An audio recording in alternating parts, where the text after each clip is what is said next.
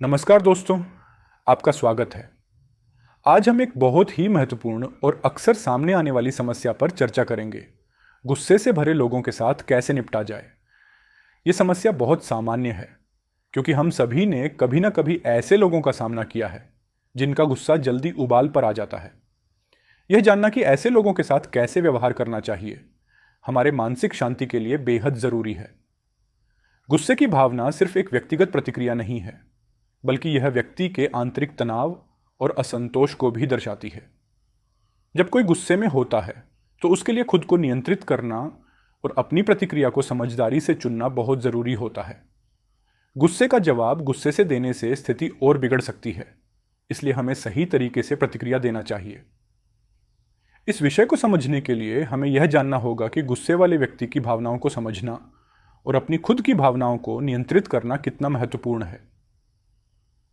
गुस्से से निपटने के लिए हमें सजग और शांत रहना चाहिए ताकि हम सही निर्णय ले सकें और स्थिति को बेहतर बना सकें।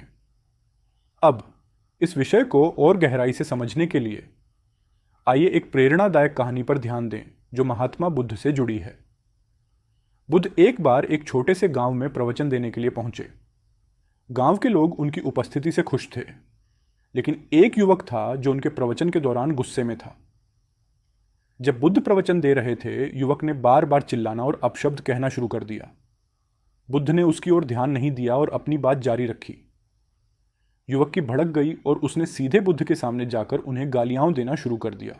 युवक ने कहा, तुम्हें दूसरों को सिखाने का कोई हक नहीं है, तुम बेवकूफ हो और धोखेबाज भी।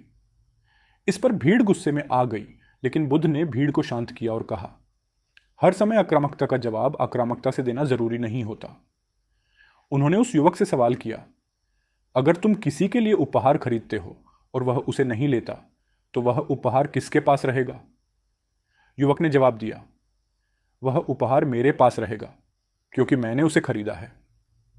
बुद्ध ने मुस्कुराते हुए कहा, बिल्कुल सही, यही तुम्हारे गुस्से के साथ भी है। अगर तुम मुझ पर गुस्सा होते हो और मैं तुम्हारे गुस्से को नजरअंदाज कर देता हूं तो वह गुस्सा तुम्हारे पास ही रह जाता है और यही तुम्हें दुख पहुंचाता है, मुझे नहीं। इस कहानी से हमें यह सीखने को मिलता है कि गुस्से के बावजूद शांति बनाए रखना कितना महत्वपूर्ण है।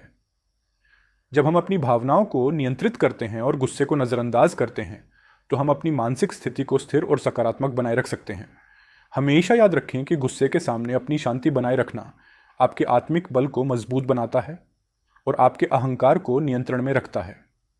इससे न केवल आपकी खुद की स्थिति में सुधार होता है, बल्कि आपके आसपास का वातावरण भी सकारात्मक बनता है। अगर आपको हमारा वीडियो पसंद आया हो तो कृपया चैनल को सब्सक्राइब, लाइक और शेयर जरूर करें। आपके समर्थन से हम और भी प्रेरणादायक और जीवन के महत्वपूर्ण पहलुओं पर आधारित कहानियां लाते रहेंगे। धन्यवाद और जल्द ही फिर मुलाकात होगी।